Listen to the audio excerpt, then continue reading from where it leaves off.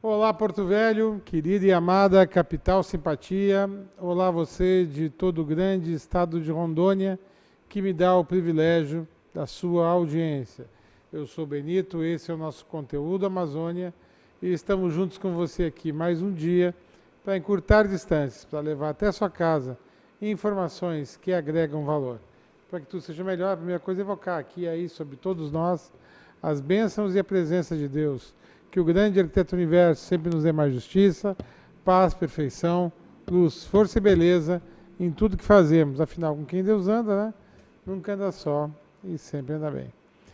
Bom, sem mais delongas, alguém que eu não consigo entrevistar há muitos meses aqui no programa, tem sempre uma linha de raciocínio bem afiada, tem colunas ácidas nos sites aí, e há pouco tempo esteve na Europa, e voltou para o nosso mundinho aqui, vendo que está tudo como dantes na terra de Abrantes. Eu até achei que ele já ia morando de vez lá, mas graças a Deus que ele ficou por aqui, né? Que precisamos de gente que pensa aqui, pelo menos. Porque quem não pensa está lotado. Professor Nazareno, seja bem-vindo, tudo bem? Tudo bem, tudo tranquilo, é sempre um prazer estar aqui, né? Conversando, batendo papo e dando a nossa contribuição para a sociedade porto-velhense e rondoniense, no sentido de que ela comece a pensar, comece a refletir sobre o seu dia a dia, sobre as coisas que estão acontecendo. Perfeito. Tá aí, saúde do professor Nazareno. Professor Nazareno, obrigada aqui pela sua presença no nosso programa. É sempre um prazer tê-lo aqui, agora com notícias, novidades aí da viagem, contando um pouco essa experiência maravilhosa que é viajar pela Europa. E também a vocês de casa, não posso deixar de agradecer pela sua audiência. Não esqueça de curtir e compartilhar nosso Facebook e nosso Instagram e também rever os nossos programas no YouTube. Professor, eu vou chamar a vinheta e vou começar a conversar. Eu tenho algumas perguntas para te fazer hoje. Bom, da Energisa eu acho que é até redundante. A gente fala tão mal do que ser privatização da Ceron, que não há nada que não possa piorar, e aqui não só se piorou, mas se multiplicou o que se esperava de pior.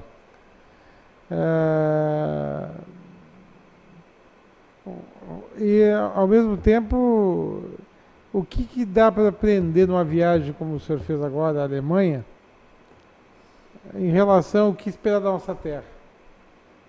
O senhor como educador que esteve num país de primeiro mundo, que é um dos 5 mais desenvolvidos do mundo.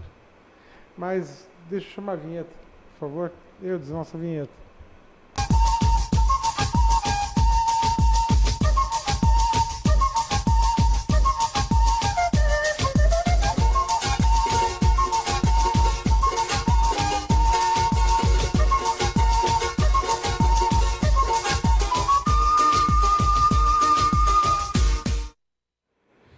De volta aqui com o professor Nazareno. Professor, primeiro vamos falar um pouco da sua viagem. Assim, aí o senhor ficou fora há quanto tempo lá? Foram 26 dias. Há um mês fora. Comecei por Portugal, fui à Espanha, Barcelona, enfim, Paris, Berlim e Viena. 5 dias em média em cada um desses países. Aproximadamente isso. E dá bem para ter uma noção.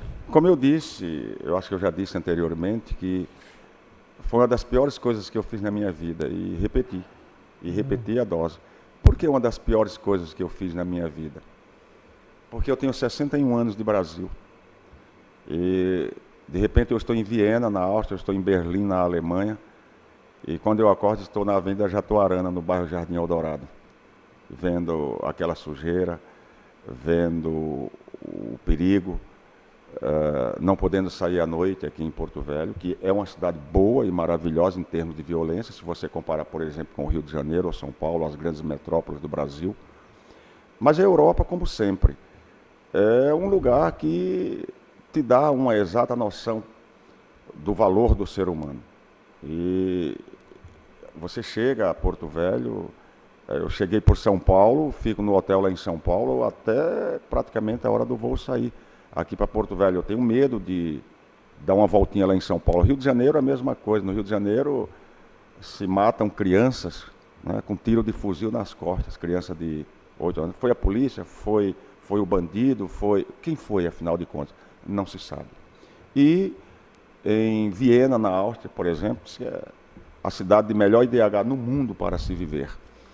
2h da manhã, eu perdido com a Francisca lá, 2h da manhã, uma cidade de 2 milhões de habitantes, tamanho de Manaus, praticamente, e você pega o metrô, você pega informações com os jovens, nas praças, 2h da manhã, todo mundo usando seu celular de última geração e sem nenhum problema. E a vida lá é completamente diferente daqui. E por quê? Porque no aspecto político, por exemplo, você quase não tem casos de corrupção. Você quase não tem casos de ofensa ao povo, à comunidade, de um modo geral. Você me perguntou sobre a Energisa, né? Para você ter ideia, lá em Viena, é o próprio consumidor que vai aferir quanto gastou de energia no mês. E ele anota, e naquele dia ele escolhe 2 ou 3 representantes lá de energia e escolhe o menor na cotação do dia e faz o seu pagamento. Então é o próprio consumidor. Você pega o metrô, você pega o ônibus, você pega o transporte coletivo em todas as cidades da Europa, apesar da invasão dos imigrantes, mas você pega naquele horário britânico, naquele horário correto que está lá. E não tem roleta, não tem cobrador, não tem nada, mas 10% daqueles transporte coletivo entra fiscal, e se você não estiver com o seu boleto, você paga uma multa. Eu não fui pego nenhuma vez. Fiz questão de visitar hospital, não visitei escola, que era o meu sonho, de novo visitar uma escola pública na Alemanha. Eles estavam de férias. Mas visitei 2 universidades. Visitei a Universidade Alexander von Humboldt, acho que foi aquele cientista que chamou a Amazônia de Inferno Verde. E visitei a Escola Politécnica de Berlim. Nem dá para contar quantos prêmios Nobel eles já ganharam, essas 2 universidades. E na Universidade von Humboldt, acho que é assim que se pronuncia, eu me senti diante da UNIR, de Rondônia. Meu Deus do céu. Quantos prêmios Nobel a Alemanha já ganhou? 109. Quantos prêmios Nobel o Brasil já ganhou? Nenhum. E por quê? Porque, de um modo geral, o prêmio Nobel sai das cadeiras escolares, sai da escola. E como é o nosso sistema de educação? Eu costumo dizer, em 1896, os Estados Unidos criaram a escola integral, há 120 anos atrás. Os países da Europa Ocidental, o Japão, mesmo Israel, criado depois da Segunda Guerra Mundial, mesmo Israel, que eles criaram escolas de tempo integral e hoje são grandes potências econômicas, grandes potências militares, enfim. Esses países tiveram muitos problemas, alguns deles ainda apresentam problemas, mas eles têm no sistema de educação deles o maior trunfo. Então, você vê um país como Israel, por exemplo, um país que eu admiro muito pela capacidade do seu povo e, principalmente, pela capacidade do governo local em investir em educação e em buscar as soluções para o seu povo. Enquanto isso, a gente vê Rondônia, Porto Velho e o Brasil. Porto Velho, por exemplo, os alunos da zona rural ainda não começaram o ano letivo, acho que de 2018. Não sei se 2018, eles não começaram ainda o ano letivo por falta de transporte escolar. No governo do estado você tem essa questão da Energisa, que é uma questão seríssima. Mas eu pergunto, de quem é a culpa? É muito fácil você dizer que a culpa é dos políticos, é muito fácil você dizer que a culpa é de A ou de B. Quando na verdade você via, todos nós víamos, o telespectador também via, que os sindicalistas estavam alertando a privatização de uma empresa como a Ceron, pode encarecer o custo das tarifas. Não deu outra. A própria classe política que hoje está, olha, os políticos estão muito preocupados com o preço absurdo das tarifas das nossas contas de energia. Mas foram esses mesmos políticos que participaram de todo o processo de entrega da Ceron para a Energisa. Então eu não consigo compreender isso. Criaram, parece-me, até uma CPI na Assembleia Legislativa. Então essa CPI deveria discutir, por exemplo, qual ou quais dos políticos participou da entrega da Energisa para o setor privado. E aí eu pergunto, de quem é a culpa? Da própria população. Nós temos culpa também nisso daí. Porque que tipo de reação nós tivemos na época da privatização? Eu escutava as pessoas dizerem, tem que privatizar mesmo, tem que privatizar mesmo. Eu gosto de dizer, eu copiei uma frase, não sei de quem, que diz assim, quando tudo for privado, nós seremos privados de tudo. E é isso que está acontecendo no Brasil, essa loucura toda. Então nós observamos, de um modo geral, que o Brasil está na contramão. Eu digo para os meus alunos, na verdade, ex-alunos, né, porque eu estou aposentado, hoje eu sou um senhor aposentado. Né? Eu digo para os meus alunos, vivemos na idade contemporânea, vivemos no ano 2019, e nós precisamos estar antenados com as coisas que estão acontecendo. Por exemplo, respeito à ciência, à democracia e à tolerância. Essas três coisas norteiam basicamente a nossa vida hoje. E o que é que nós temos, só para pôr um exemplo, a nível de governo federal no Brasil, e alguns governos estaduais até, no caso do Rio de Janeiro, mas há outros estados com certeza. O que é que nós temos hoje? Exatamente a negação desses três princípios básicos: democracia, ciência, tolerância. Só para colocar um exemplo. Visitei alguns países lá na Europa e os dois cidadãos mais odiados do Brasil, respectivamente, são Jair Messias Bolsonaro e Neymar. Por incrível que pareça. Até são amigos eles. E eles me perguntam, muitos europeus, jovens principalmente, mas pessoas mais velhas, enfim, me perguntaram, incrédulos, por que vocês brasileiros elegeram um cidadão como Jair Messias Bolsonaro para ser presidente do país? Por que vocês fizeram isso?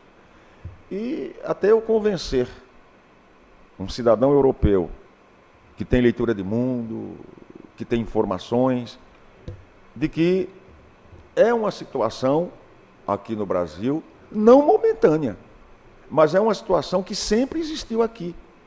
De um modo geral, quase 80% da população brasileira não tem leitura de mundo, não tem informação, não tem perspectivas de observar isso daí. É uma espécie de Maria vai com as outras. Eu não votei no senhor Jair Bolsonaro, mas o reconheço como meu presidente. E cheguei a torcer no início para que ele fizesse um bom governo, para que ele administrasse corretamente o Brasil. No começo. Hoje eu já não faço mais essa torcida. Por quê?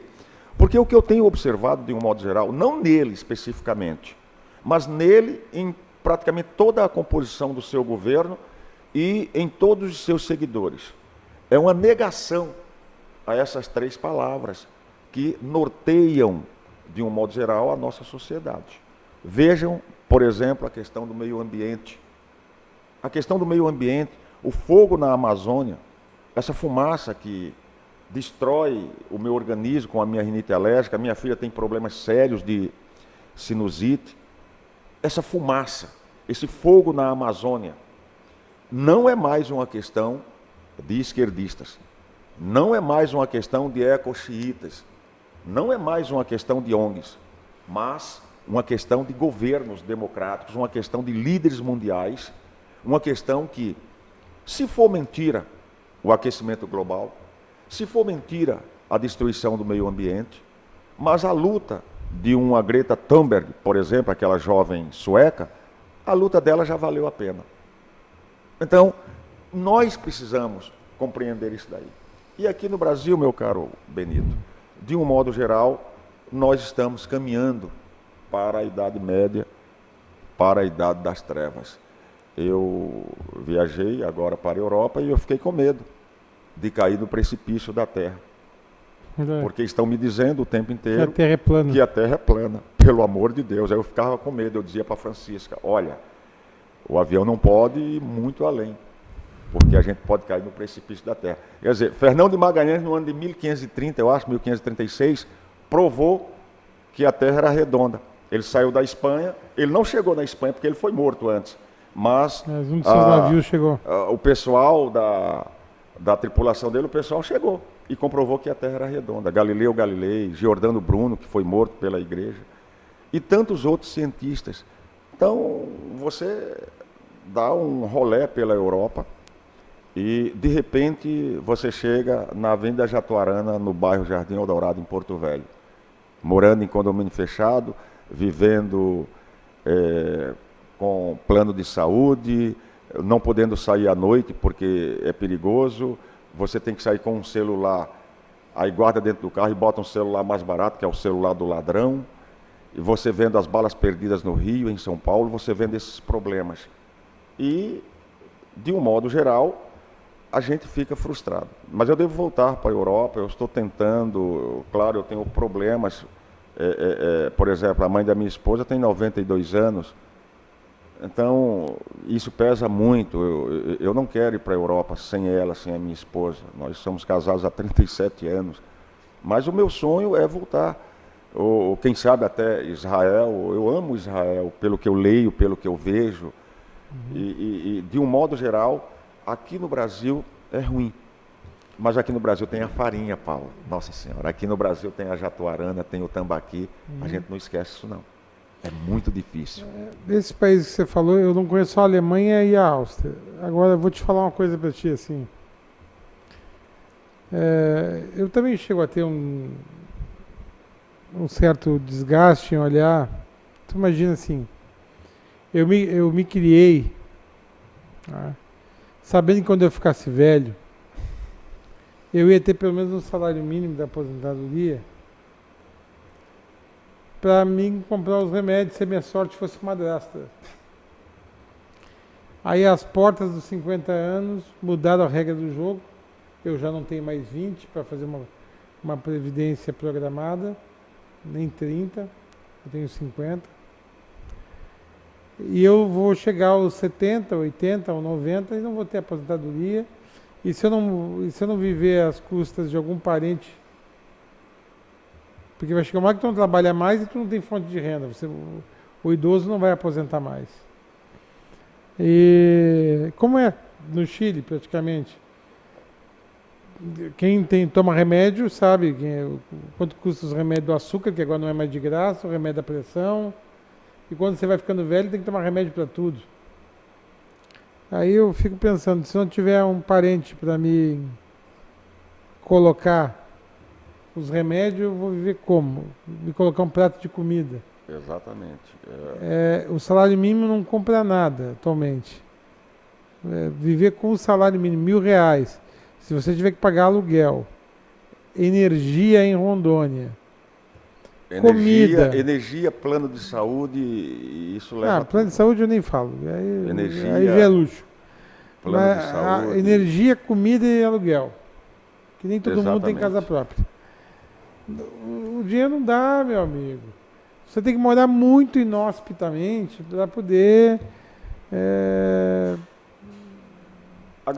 Paulo, a grande pergunta que se faz para poder o dinheiro para chegar exatamente. perto.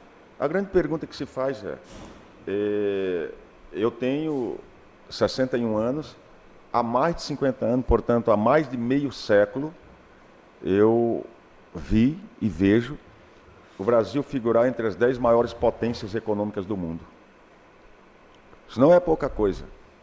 O Brasil, há mais de 50 anos, portanto, há mais de meio século, está inserido entre as 10 maiores potências econômicas do mundo, o nosso PIB.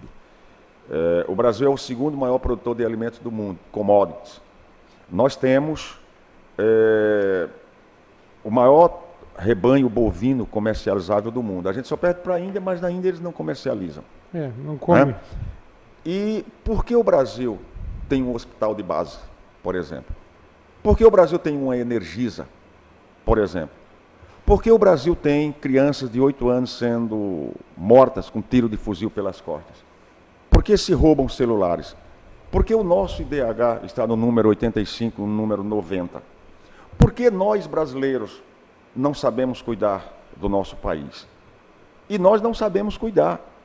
Porque se você observa, por exemplo, uma cidade como Viena, eu passei 6 dias em Viena, 2 milhões de habitantes, uma cidade do tamanho de Manaus. E eu ficava irritado lá, contando euro, lá no meio da rua, 2 horas da manhã. Pô, ninguém vem me roubar aqui nessa cidade, que coisa, meu Deus do céu.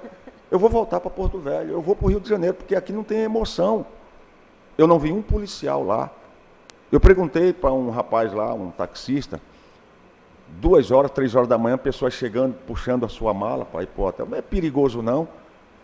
E ele olhou para mim e disse, é um pouco perigoso, porque geralmente eles beberam ou eles vêm com sono e eles passam fora da faixa.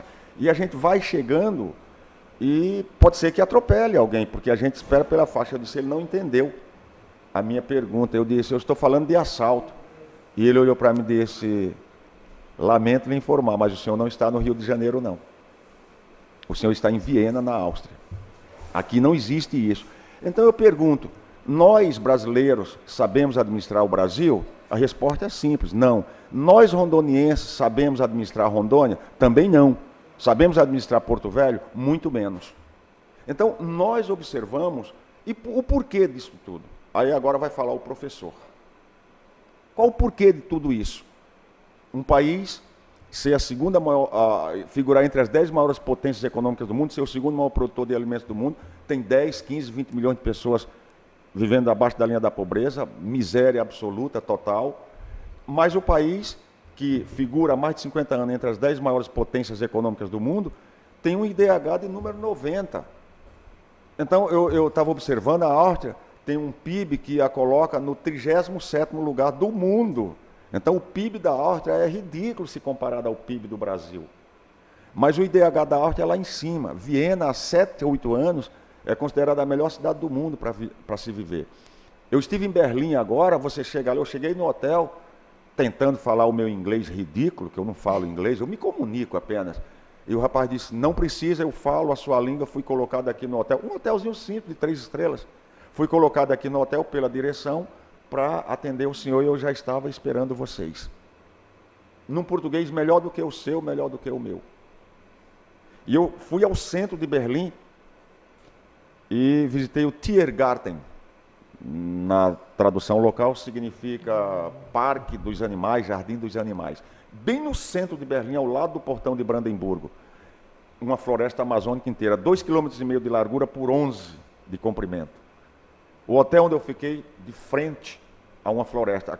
Ou seja, é um dos países mais reflorestados do mundo. Reflorestados. Eles destruíram, evidentemente, todas as suas florestas, mas hoje eles têm uma consciência muito grande. E o que é que nós temos aqui, neste país? Nós temos o Dia do Fogo, lá no Pará.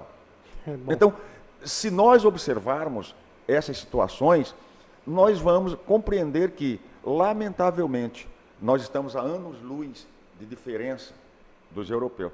Claro, eu não estou aqui defendendo os europeus, porque eles têm um passado colonialista que não é brincadeira. Eles têm um passado colonialista. E pesado. Mas eles talvez, com o evento da Grande Guerra Mundial, que eu costumo dizer, os professores de história querem me matar. Eu digo que não houve 2 grandes guerras, só houve uma. A Primeira Guerra. A Segunda Guerra foi continuação da Primeira. Não existia, foi só uma guerra. Aí humilharam a Alemanha. O que é que a Alemanha fez? Ela se vingou. Aí houve o segundo momento, que os historiadores chamam de Segunda Guerra Mundial. Mas esses países, de um modo geral, eles aprenderam.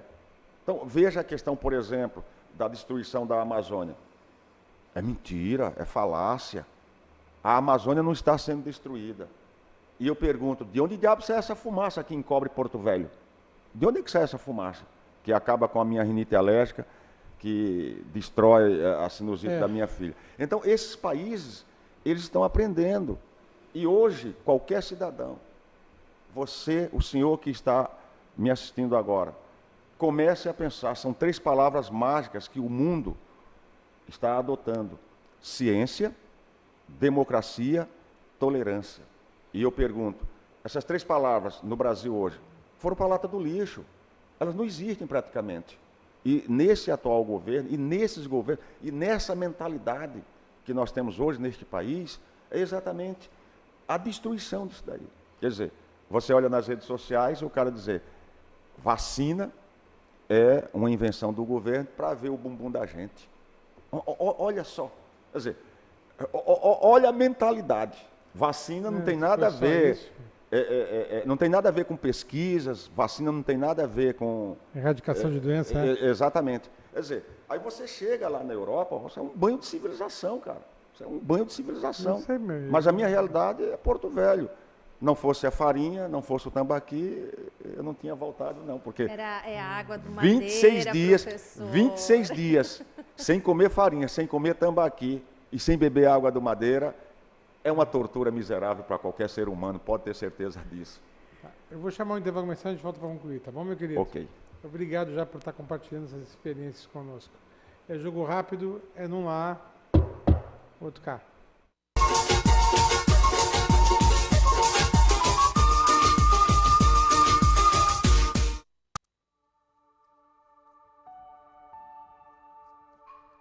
Essa é a bandeira de quem ama Rondônia.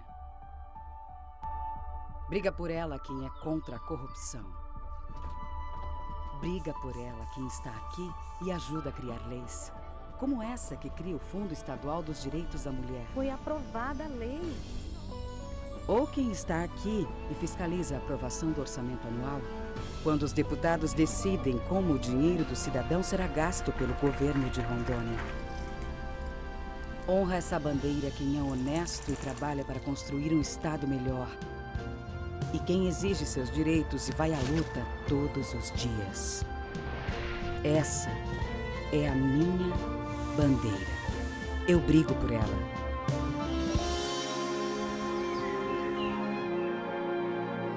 Assembleia Legislativa de Rondônia. O poder da sua voz. Você precisa cuidar da sua saúde. Está sem plano e cansado de ter que esperar? Venha para a Sol Saúde, próximo à Praça da Pirâmide, com as principais especialidades médicas, exames laboratoriais, com toda a atenção e agilidade que você precisa. Afinal, saúde é coisa séria, não é mesmo? Sol Saúde, atendimento popular para toda a família. 3213-0163. O que eu procurei? Tecnologia avançada. Método personalizado. Profissionais com credibilidade. Hospital de Olhos Veloso, o maior centro oftalmológico da região. Há mais de 3 décadas investindo em profissionais, estrutura e inovação em Rondônia. O objetivo é a qualidade de vida de seus pacientes. Diagnóstico e tratamento com excelência. E você? O que você está procurando? Hospital de Olhos Veloso.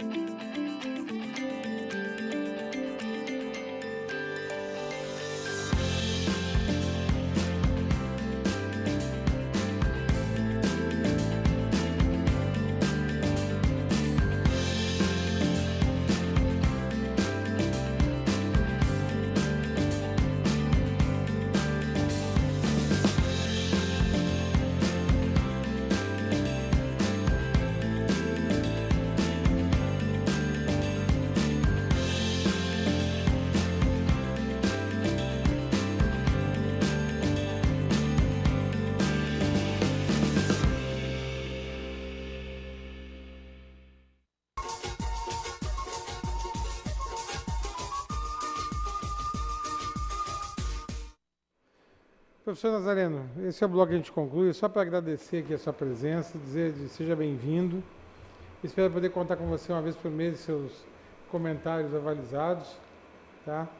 Dizer da importância que é seres pensantes contribuírem com autocrítica, quando possível, e a casa está aberta, tá bom? É sempre um prazer estar aqui com vocês, com os telespectadores, e fazer um apelo. Comecem a investir em educação.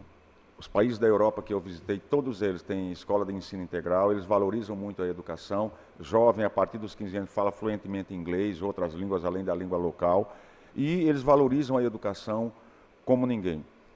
Todos esses problemas que eu citei aqui do nosso país, infelizmente, são consequências dessa falta de investimento, na falta de investimento com qualidade no processo de educação. Sou professor, ex-professor, mas tenho observado isso. A educação é a única coisa que vai salvar esse país dessa loucura que nós estamos vivendo. Tá bom, obrigado, professor.